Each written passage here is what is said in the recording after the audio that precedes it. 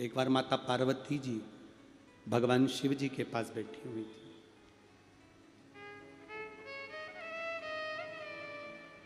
उनके मन में एक भाव प्रकट हुआ कि मुझे स्नान करने जाना है, तन पर उपटन धारण कर। उन्होंने तन पर उपटन लगाया। उपटन को लगाकर माता पार्वती जी स्नान करने के लिए चली। सखियों ने उनके शरीर पे से उपटन को निकाला, उसका पुतला तैयार करा। अब देखिए जरा कथा, ये सब ने सुनी है।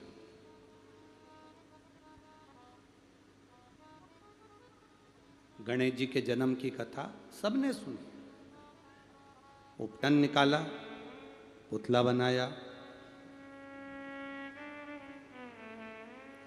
सखियों ने, पार्वती जी की सहेलियां पार्वती जी से कहती हैं,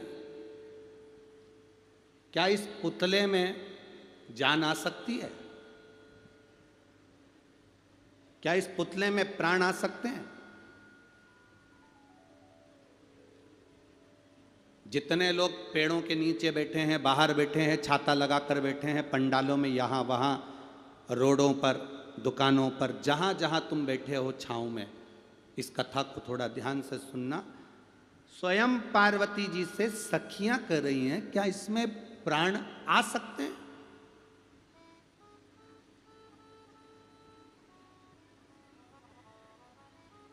क्या इसमें प्राण आ सकते हैं? तो पार्वती जी ने कहा, क्यों नहीं आ सकते? अकाल मृत्यु वो मरे जो काम करे चंडाल का, और काल उसका क्या बिगाड़े जो भक्त हो मां। क्यों नहीं आएंगे इसमें? जब वो बंजर भूमि में भी घास पैदा कर सकता है, तो इस पुतले में भी वो प्राण दे सकता। पार्वती, तुम कह रही हो कि इस पुतले में प्राण आ सकते हैं? हाँ, लाकर बताओ। पार्वती जी ने हाथ में जल लिया, शिव जी का स्मरण किया। सखी ने कहा, पार्वती तुम आंख बंद करके किसको याद कर रही हो? तुम ये नेत्र बंद करके किसको याद कर रही हो? पार्वती जी कहती हैं, मैं महादेव को याद कर रही हूं। महादेव को? हाँ। सखी ने कहा, पार्वती तुम महादेव को याद कर रही हो इस निर्जीव पुतले के लिए? पार्वती जी ने कहा, निर्जीव को भी जीव दे सकता है, पशु को भी प्राण दे सकता है, संपूर्ण ब्रह्मांड के लिए जो जहर पी सकता है, वो मरे को भी जीवित कर सकता है। वो केवल एक काल अधिपति महाकाल है। वो केवल एक काल अधिपति महाकाल के सिवा दुनिया में कोई नहीं कर सकता। कब करता है, कैसे करता है, क्या करता है, ये उसके ऊपर निर्भर, ये उसके ऊपर निर्भर। पार्वती, शिव जी का नाम लेकर आप जल छोड़ोगी तो क्या देवाधिदेव महादेव इस पुतले में प्राण दे देगा? क्यों नहीं? कल कथा सुनी थी ना आपने, एक वो बच्चे के हृदय में छेद हो गया था, सारी जांचें कराई, वो माँ को आसपास में कहीं हॉस्पिटल नहीं मिला, मोबाइल पर कथा सुनते सुनते उसने बस 2 बूंद जल डालकर कपड़े को पोंछ कर बेटे की छाती पर लगा दी, और डॉक्टर से कहा, एक जांच और कर लो, फिर ऑपरेशन की भले तैयारी करना। और डॉक्टर दूसरी जांच जब 10 तारीख को करा तो बच्चे के हृदय में छेद नहीं था। यह शिव तत्व है, यह उघड़ी है, शंभु।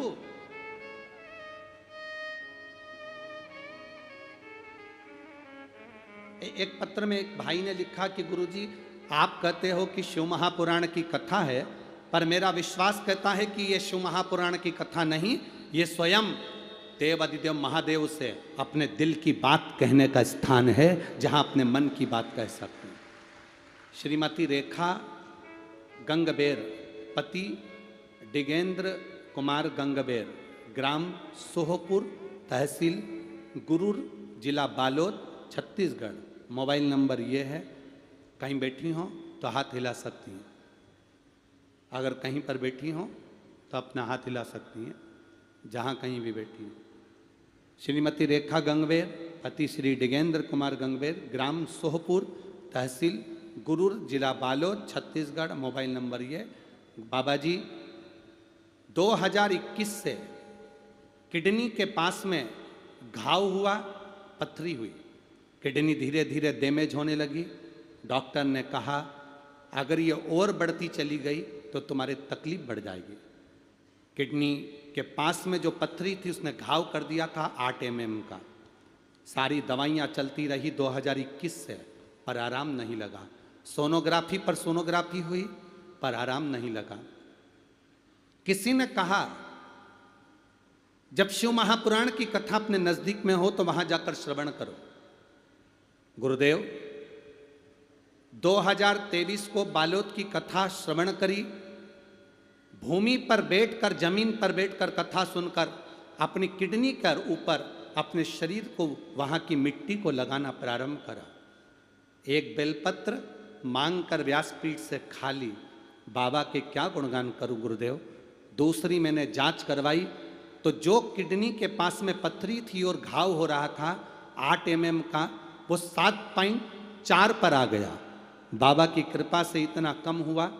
मैंने विचार कर लिया कि अब जहाँ जहाँ पर कथा होगी वहाँ कथा श्रवण करेंगे। सीहोर गए, वहाँ से रुद्राक्ष लाए, जल पीना प्रारंभ करा, कथाएं श्रवण करना प्रारंभ करी, शिवजी पे चली हुई बेलपत्र खाना चालू करी और बाबा की कृपा से सोनोग्राफी 13 सितंबर को वापिस कराई तो बाबा की कृपा से मेरा किडनी के पास का घाव भी भर गया था और स्टोन भी खत्म हो गया था, जिसकी मैं रिपोर्ट लगा रहा हूँ।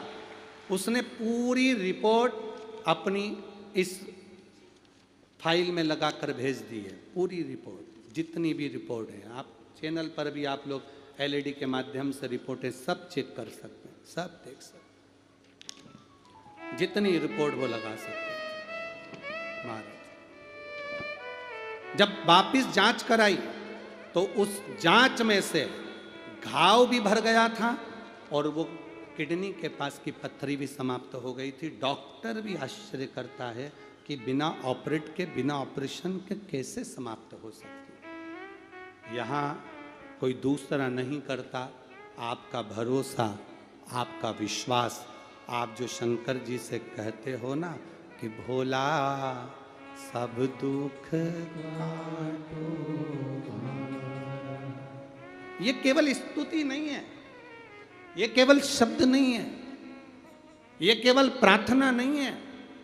आप बाबा से कहते हो बाबा सब दुख काटो मेरा, तो बाबा का मतलब होता है पिता से, बाबा का मतलब होता है दादा से, बाबा का मतलब होता है अपने घर के बुजुर्ग से, बाबा का मतलब होता है अपने घर के बड़े से। जब हमारे घर के बड़े से, बुजुर्ग से हम जब बात कहते हैं तो हमारा दुख कटता है। क्यों नहीं कटेगा? क्यों ना कटे?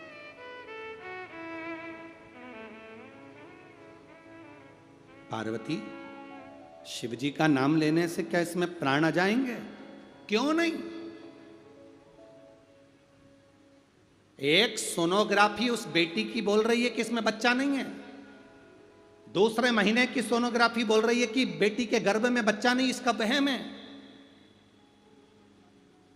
अब 2 महीने वहम में सोनोग्राफी बोल रही है कि बच्चा नहीं, और तीसरे महीने की सोनोग्राफी बोल रही है कि 3 महीने का गर्भ है। 3 महीने का गर्भ है, ये तीसरे महीने की सोनोग्राफी बोल रही है।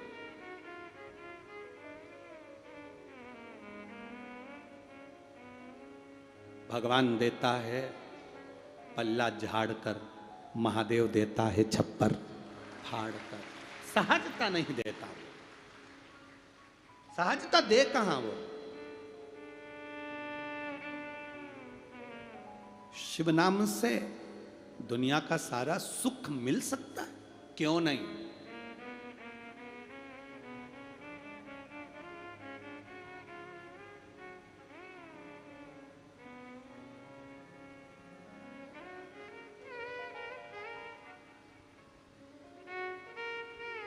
महादेव, दुनिया का ऐसा कोई सुख नहीं जो तुम्हारी झोली में नहीं डाल सकते। बस उसके पास जाना जरूरी है, उससे मिलना जरूरी है। वो कहते हैं ना,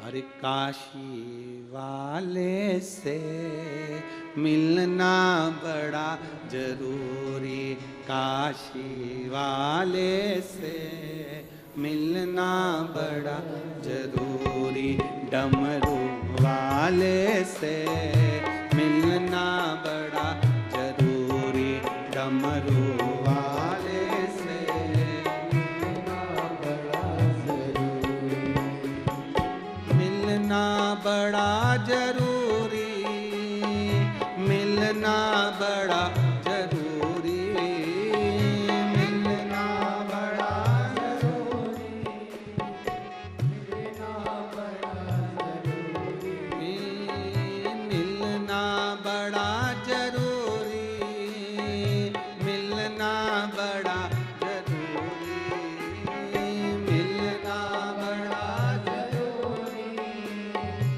मिलना बड़ा जरूरी, काशी वाले से मिलना बड़ा जरूरी, डमरू वाले से मिलना बड़ा जरूरी, भोले भाले से मिलना बड़ा जरूरी, भोले भाले से मिलना बड़ा जरूरी, ओ काशी वाले से मिलना बड़ा जरूरी, काशी वाले से मिलना बड़ा।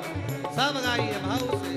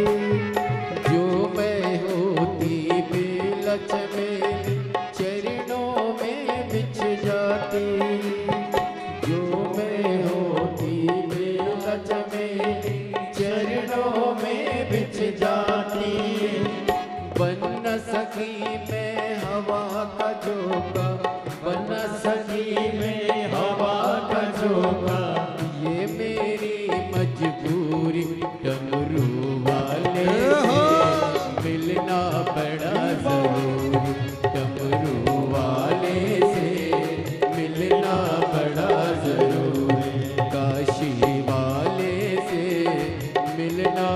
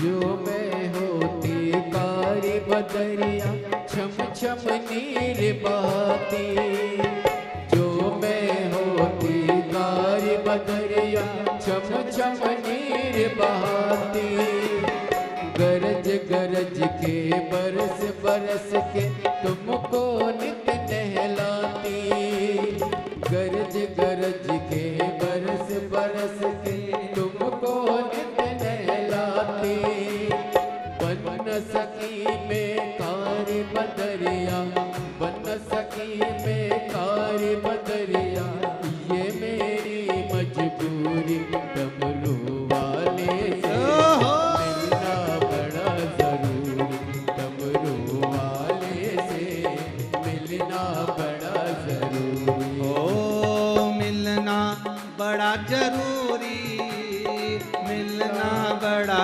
जरूरी, मिलना बड़ा जरूरी, मिलना बड़ा जरूरी, मिलना बड़ा जरूरी, मिलना बड़ा जरूरी, मिलना बड़ा जरूरी, ओ मिलना बड़ा जरूरी। ओ डमरू वाले से मिलना बड़ा जरूरी, काशी वाले से मिलना बड़ा जरूरी।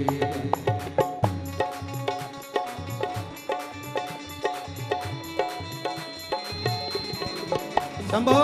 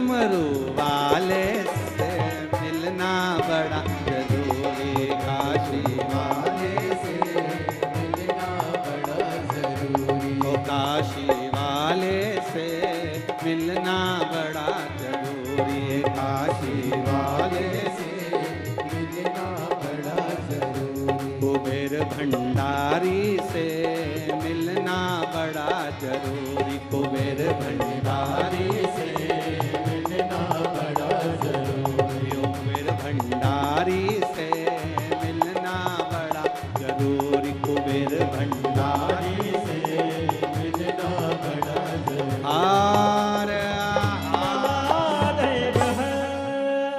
अपने स्थान पर बैठकर बाबा देवाधिदेव महादेव से अपने हृदय की बात बड़े भाव के साथ दिल से बाबा देवाधिदेव महादेव से कहिए, बड़े भाव से, प्रेम से, आनंद से कहिए। जहाँ जगह मिले वहाँ बैठकर बाबा देवाधिदेव महादेव से भाव से कहिए।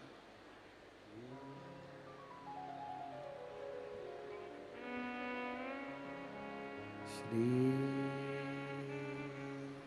शिवाय नमस्तुभ्यं, श्री शिवाय नमस्तुभ्यं, श्री शिवाय नमस्तुभ्यं, श्री शिवाय नमस्तुभ्यं, श्री शिवाय नमस्तुभ्यं। भोला सब दुख काटो हमारा, ओ भोला सब दुख काटो हमारा। शिव शंकर जपूं तेरी माला, बोले बाबा जपूं तेरी माला, भोला सब दुख काटो हमारा, ओ भोला सब दुख काटो हमारा। वेश है मंगल मंगलकारी, वेश है मंगल मंगलकारी, शमशान वासी हमारा, शमशान वासी हमारा, ओ भोला सब दुख काटो हमारा, ओ भोला सब दुख काटो हमारा। शिव कथा कहती है भगवान ओगढ़दानी त्रिकालदर्शी कैलाशी का नाम लेकर माँ पार्वती जल छोड़ती है और उसमें प्राण आ जाते हैं, बालक उत्पन्न हो जाता है जिसका नाम विनायक होता है। उसी बालक का सिर भगवान गणेश जी, भगवान देवाधिदेव महादेव काट देते हैं, जिससे वो गणेश बन जाते हैं। अब जरा विचार करिएगा, जन्म देने वाला वही है। अगर विनायक को जन्म दे रहे हैं, पुतले में प्राण दे रहे हैं, तो वही दे रहे हैं। और अगर सिर काटने वाला भी है तो कोई दूसरा नहीं है। वो कौन है? देवाधिदेव। जन्म उसने दिया है, मृत्यु उसने दी, सुख उसने दिया है, दुख उसने दिया।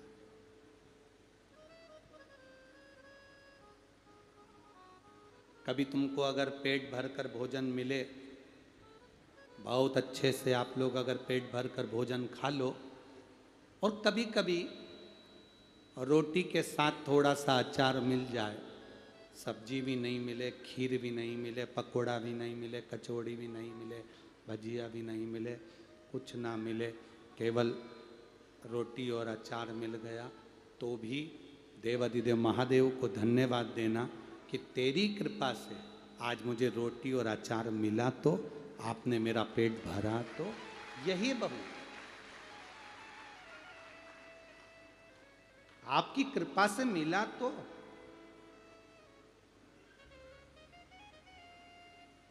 संसार में कई लोग ऐसे भी हैं जिनको 2 समय का भोजन भी नहीं मिल रहा। संसार में कई लोग ऐसे हैं जो एक रोटी के टुकड़े के लिए एक घूड़े पर कचरे के ढेर में से रोटी छाट कर अन्न का दाना निकाल कर खाते हैं। संसार में कई लोग ऐसे हैं, शरीर में ऐसे ऐसे रोग हो गए कि पड़े हुए हैं बिस्तर पर और भगवान से कह रहे हैं कि मौत आ जाए तो मौत भी नहीं आती, मौत भी नहीं।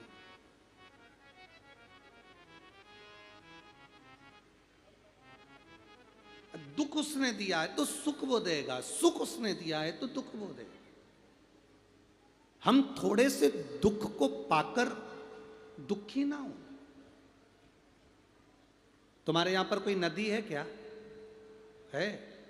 नदी बहती बहती बहती बहती बहती बहती धीरे धीरे आगे बढ़ती हुई दूसरी नदी में मिलती है, दूसरी नदी बहते बहते तीसरी नदी में मिलती है, तीसरी नदी बहते बहते चौथी नदी में मिलती है, चौथी नदी बहते बहते पांचवी नदी में मिलती है, पांचवी नदी बहते बहते बहते बहते सीधे समुद्र में ले जाकर पानी को छोड़ देती है। नदी में एक तरफा तट होता है कि 2 तरफा तट होते हैं? घाट 2 तरफा होते हैं कि एक तरफा होते हैं? नदी जो बहती है उसके दोनों तरफ किनारा होता है कि एक तरफ किनारा होता है? जम के तो बोलो जरा। 2 तरफ किनारा होता है। जैसे नदी के किनारे 2 हैं और नदी का किनारा 2 है, जो 2 किनारों के बीच में बहती है वो समुद्र के तट तक पहुंच जाती है। जो एक ही किनारे के अंदर रहती है वो तालाब बन जाती है और वहीं पर सूख जाती है। जो 2 किनारे के अंदर बह रही है वो समुद्र तक पहुंच गई है। ये 2 किनारे हैं सुख और दुख के, इसके भीतर जो बहता है वो मंजिल तक पहुंच जाता है। सुख और दुख के किनारे में जो बह रहा है, ये सुख का किनारा, ये दुख का किनारा, बीच में बह रहा है मनुष्य। एक किनारे में अगर कोई रह रहा है तो वो तालाब कहलाएगा, कुंड कहलाएगा, बावड़ी कहलाएगी, वो धूप में सूख जाएगी, गर्मी में सूख जाएगी। पर जो 2 किनारे से चल रही है, सुख दुख के किनारे में हम चल रहे हैं, दोनों तरफ से थपेड़े पड़ रहे हैं, कभी सुख आता है कभी दुख आता है, और ऐसे ही चलते चलते चलते चलते हम अपनी मंजिल तक पहुंच जाते हैं। अपनी मंजिल। थोड़ा जिंदगी में कष्ट आए, घबराना नहीं, स्वीकार करो। पार्वती जी के उकटन से जो पुतला बना उसको शंकर भगवान ने प्राण दे दिए, और बाद में जो सिर काटा वो किसने काटा? बोलो बोलो, तुम बोलो। शंकर जी ने। शंकर जी ने एक प्राण दिए थे, शंकर जी ने सिर काटा। शंकर जी सिर काटे तो जोड़ने वाला भी शंकर ही था। अब एक पत्र देखो जरा।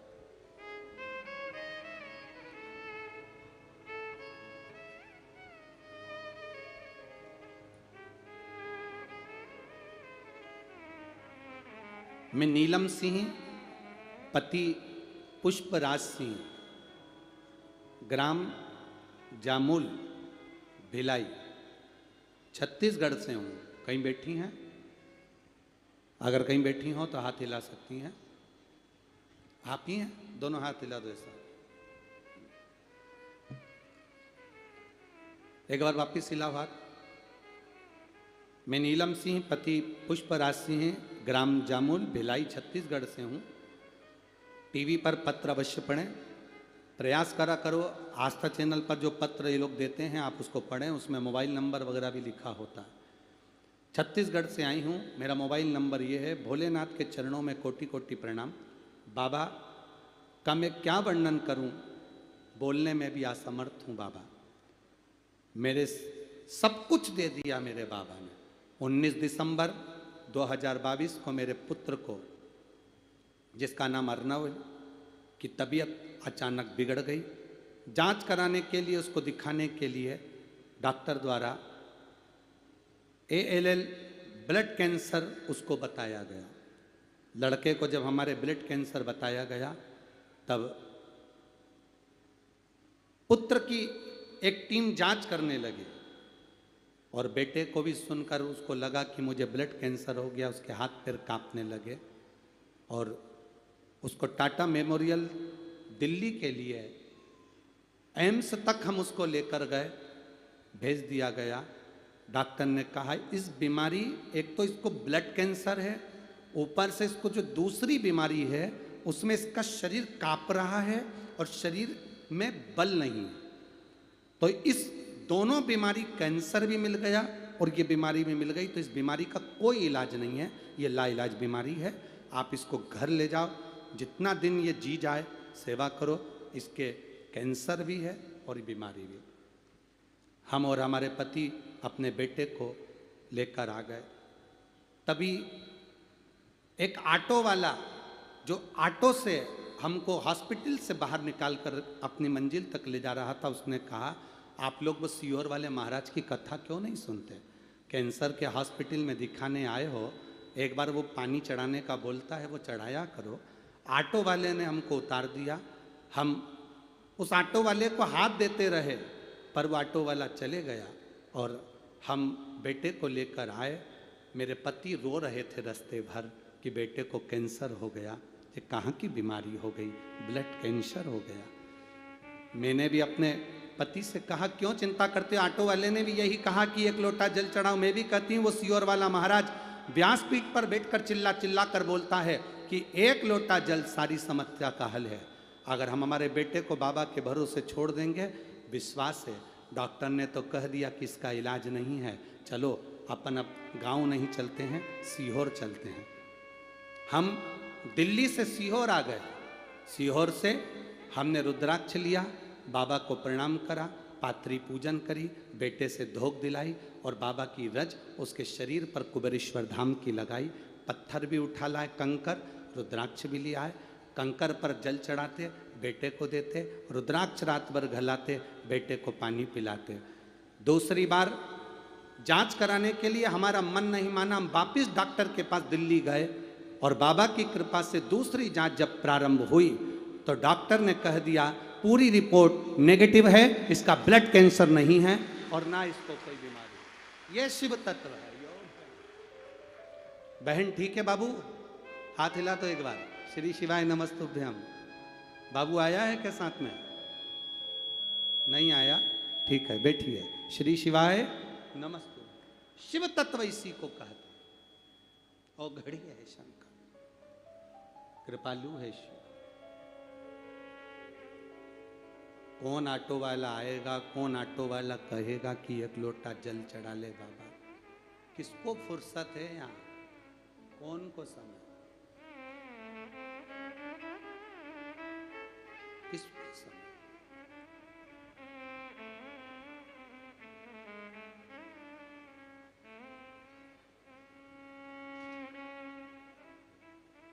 मेरे बाबा दया करना,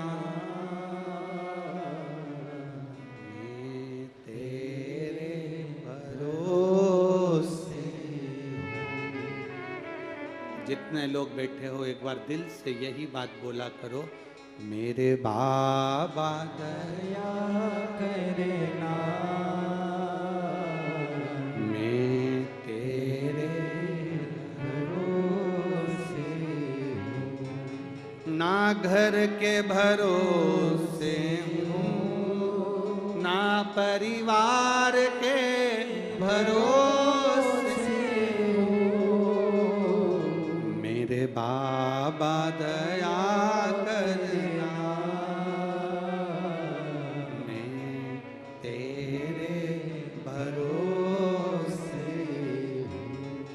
वो विश्वास लेकर गई, दिल्ली से कुबेरेश्वर धाम पहुंच गई, विश्वास के साथ, भरोसे के साथ, दृढ़ता के साथ गई।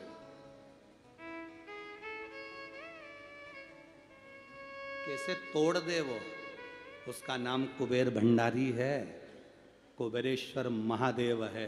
सारी दुनिया में मूर्ति की पूजन होती है, हमारा कंकर शंकर की पूजन होती है। कैसे तोड़ दे वो, कैसे भरोसा तोड़। वो उसने पीछे लिखा एक लाइन जिसमें वो लिख रही है, 3 महीने बेग खाली नहीं करूंगी, तेरे दरवाजे पर वापिस आऊंगी। ये लाइन उसके जीवन का भी तो सुख हो। लोग सुन लेते हैं व्यासपीठ से कि कुबेरेश्वर धाम जाने वाला 3 महीने बेग खाली नहीं करता, वापिस बेग लेकर पहुंच जाता है। उसका भरोसा दृढ़ हो, विश्वास पक्का।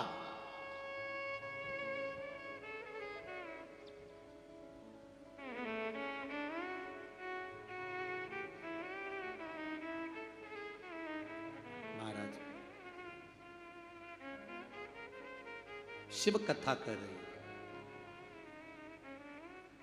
शिव महापुराण की कथा कहती है, जब भगवान शंकर के तेज पुंज से षडानंद कार्तिकेय जी का जन्म मां गंगा के जल से हो रहा है। गंगा मैया 6 पुत्रों को कैसे पालती, तो संतों की धर्म पत्नियों को उन्होंने बुला लिया।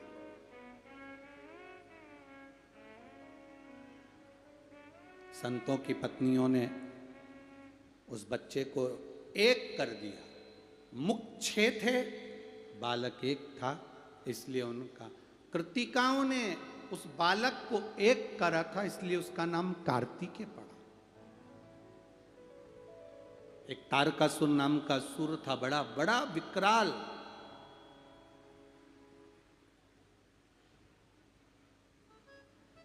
तारकासुर ने ब्रह्मलोक पर अपना कब्जा करा, बैकुंठ लोक पर अपना कब्जा करा तारकासुर ने, इंद्रलोक पर अपना कब्जा करा तारकासुर ने, गरुण लोक, वरुण लोक, पितर लोक, सारे जितने लोक हैं तारकासुर ने सब पर अपना कब्जा करा। केवल तारकासुर ने एक जगह पर अपना कब्जा नहीं करा, वो था कैलाश धाम, मृत्यु लोक।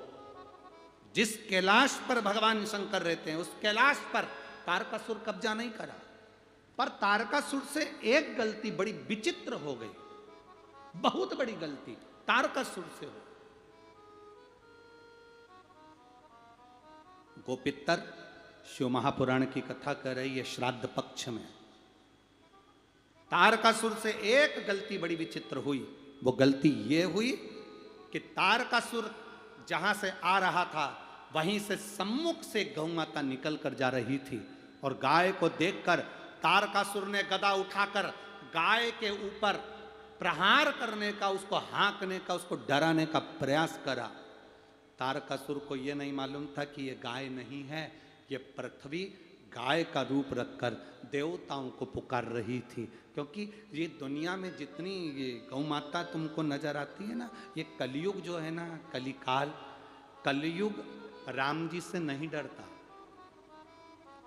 एक बात बहुत अच्छे से ध्यान रखना, कलयुग राम जी से नहीं डरता, कलयुग कृष्ण जी से नहीं डरता।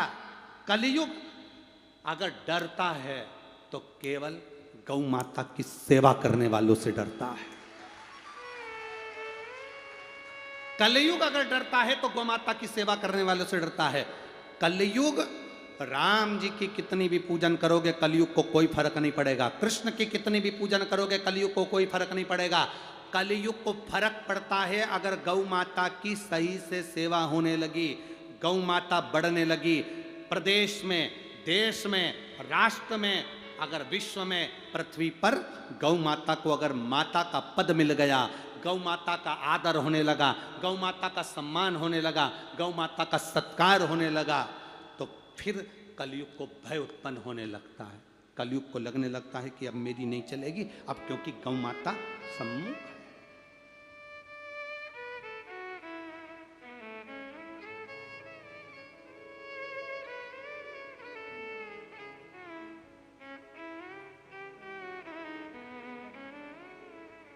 गौ माता की साक्षी है।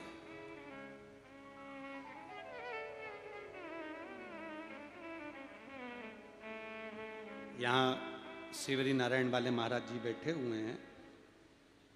आपके यहाँ जब हम शिवरी नारायण जब गए थे और आपके यहाँ जब दर्शन के लिए महाप्रसाद के लिए जब पहुँचे थे, तो वहाँ गौ माता का जो दर्शन आदि कादि गौ सेवाएं जो दर्शन करी, बहुत सुंदर भाव, बहुत बहुत साधुवाद है। आप जिस क्षेत्र में रहते हो वहाँ गौ माता की बड़ी सुंदर सेवा आपके द्वारा भी और आपकी प्रेरणा से भी लोग कर रहे हैं, उसके लिए बहुत बहुत साधुवाद। उसकी साधुता, साधुवाद होना चाहिए। अगर भगवान ने ये मनुष्य का शरीर दिया है तो गौ माता की सेवा के लिए तत्पर रहना चाहिए, तत्पर। घर में गाय नहीं रख सकते, गाय नहीं पाल सकते, तो अपने घर से प्रयास करना कि कम से कम कुछ नहीं तो 1 रुपया ऐसा निकले जो गौ माता के लिए, हमारे पूर्वजों के लिए, हमारे पितरों के लिए और हमारे लिए जिंदगी में सार्थकता। कलयुग को राम जी से तकलीफ नहीं, कलयुग को कृष्ण भगवान से तकलीफ नहीं, कलयुग को सबसे ज्यादा तकलीफ है तो गौ माता से तकलीफ, गाय से तकलीफ। क्यों? गाय की अगर सेवा होगी तो कलयुग को भागना पड़ेगा, गौ माता की सेवा होगी तो कलयुग नष्ट हो जाएगा, गौ माता की सेवा होगी तो कलयुग बर्बाद हो जाएगा। तो कलयुग क्या करता है कि गाय माता की सेवा नहीं होने देता। कलयुग क्या करता है कि गौ माता की सेवा में विघ्न उत्पन्न करता है। कलयुग क्या करता है, गाय को बचाने की जगह कलयुग गाय को काटने के लिए तत्पर रहता है। भागवत जी सुनिए आप लोगों ने, अरे बोलो तो जम के सुनिए। भागवत जी में चरित्र आता है, राजा परीक्षित मुकुट धारण कर कर नगर के लिए निकला बाहर। क्या देखा? एक गाय और एक बैल को एक राजा मार रहा था। सुनिए कथा। एक राजा एक गाय और बैल को मार रहा था। पूछा तुम कौन हो? वो कहता है मेरा नाम धर्म है। धर्म? बैल? हाँ, तुम्हारे तो 4 चरण होते थे, तुम एक पांव पे खड़े हो, मेरे 3 चरण काट दिए, एक बचा, कलयुग बचा। गौ माता को देखा, तू कौन है? गाय कहती मैं पृथ्वी। तो तू रो क्यों रही है? ये कलयुग मुझे मार रहा, ये कलयुग मुझे नष्ट कर रहा। राजा ने कलयुग के ऊपर प्रहार करा। कलयुग के ऊपर प्रहार करा तो कलयुग ने देखा कि ये गाय मेरी निंदा करी है, इसको छोड़ूंगा नहीं। आप में से कई लोग ऐसे हैं, अगर कोई तुम्हारी बुराई करता है, तुम्हें गाली दे देता है, तुम्हें अपशब्द कर देता है, शादी में, ब्याह में, फंक्शन में कोई तुम्हारा अपमान कर देता है, तो तुम भी कह देते हो देख लिया ना इसको तो मैं निपटा कर मानूंगा, इसको तो छोड़ने वाला नहीं। बोलो सही है कि गलत? कलयुग ने भी ये अपना लिया, कलयुग ने ये सोच लिया, इस गौ माता को मैं कलयुग में अच्छे से रहने नहीं दूंगा, दर बतर भटकाऊंगा इसको। अगर ये बच गई तो कलयुग नहीं बचेगा, और अगर कलयुग चाहता है गाय ना बचे, गाय समाप्त हो जाएगी, तो कलयुग और बढ़ जाएगा। ये पृथ्वी के पाप को आज भी गौ माता अपने सींगों पर धारण करी हुई है। आज भी गौ माता पृथ्वी को अपने इन पापों को अपने सींगों पर धारण करके रखी है कि तुम्हारा पाप मत बढ़ने दो रे, गौ माता की सेवा करो, सेवा करो।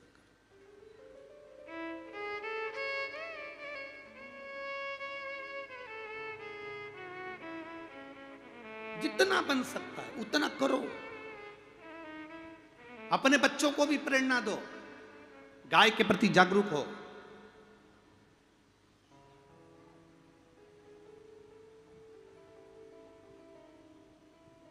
प्रबलता सामने,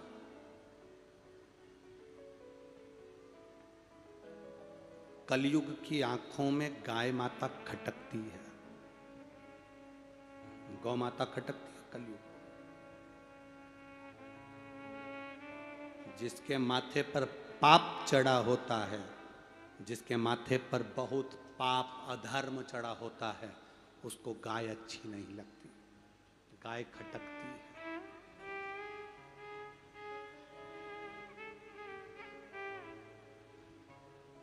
मेरा तो केवल इस व्यासपीठ से आप सबसे केवल इतना ही निवेदन कर सकते हैं,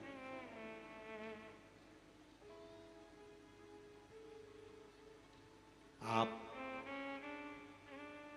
गौ माता को घर में पालो ना पालो,